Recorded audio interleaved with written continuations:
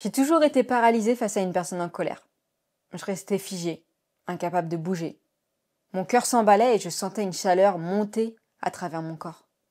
Je pouvais à peine respirer et mon cerveau n'arrivait pas à aligner deux mots. J'ai toujours pensé que c'était la normalité, que c'était moi le problème. Alors je me disais que j'étais pas assez forte, pas assez courageuse pour répondre. Mais c'était faux. Il y a 4 ans, j'ai découvert des méthodes pour arrêter de subir ça. Dans la vidéo du jour, je vais te partager ce que j'ai mis en place. Des techniques, certes, qui vont te faire sortir de ta zone de confort, mais te faire gagner en confiance et en estime de toi.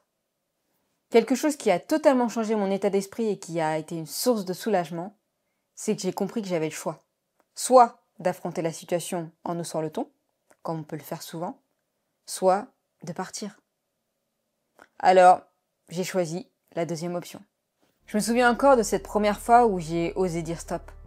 Mon cœur battait à 1000 à l'heure. Face à moi, ma mère qui haussait le ton.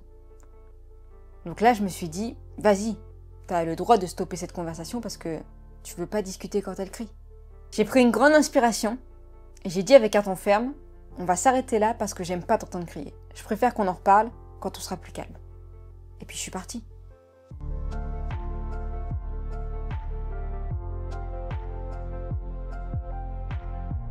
À ce moment-là, je peux te dire que j'avais le cœur qui battait encore plus vite. Mais j'étais fière. Ma mère a râlé, ce qui est totalement ok, puis elle a fini par se calmer. C'est vraiment à cet instant où j'ai compris que je pouvais agir pour me protéger.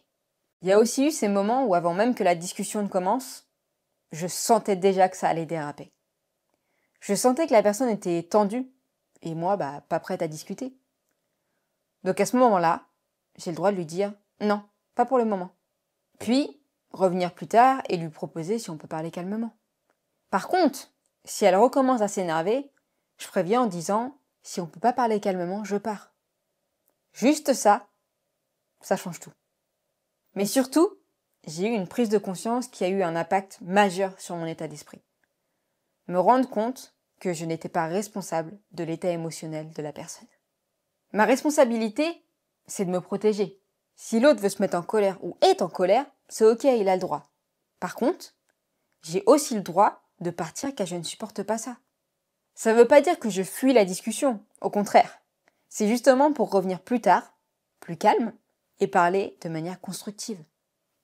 Alors bien sûr, au début, c'était difficile pour moi d'adopter ces changements. Je me disais, qu'est-ce qu'ils vont dire de moi? Ou même, ils vont me forcer à rester.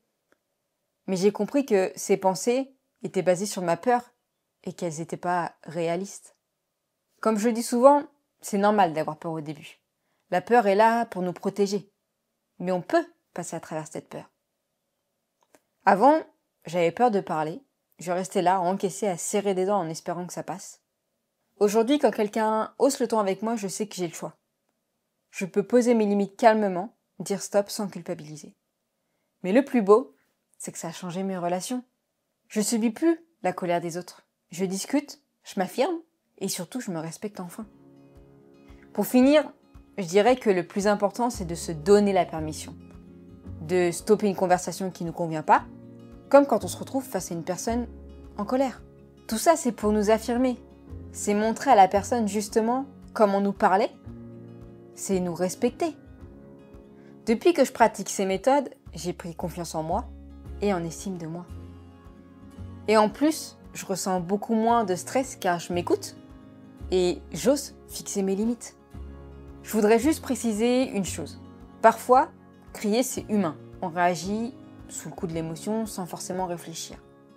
Mais l'essentiel, c'est d'être capable de se reprendre, de poser ses limites et de ne pas laisser la situation dégénérer.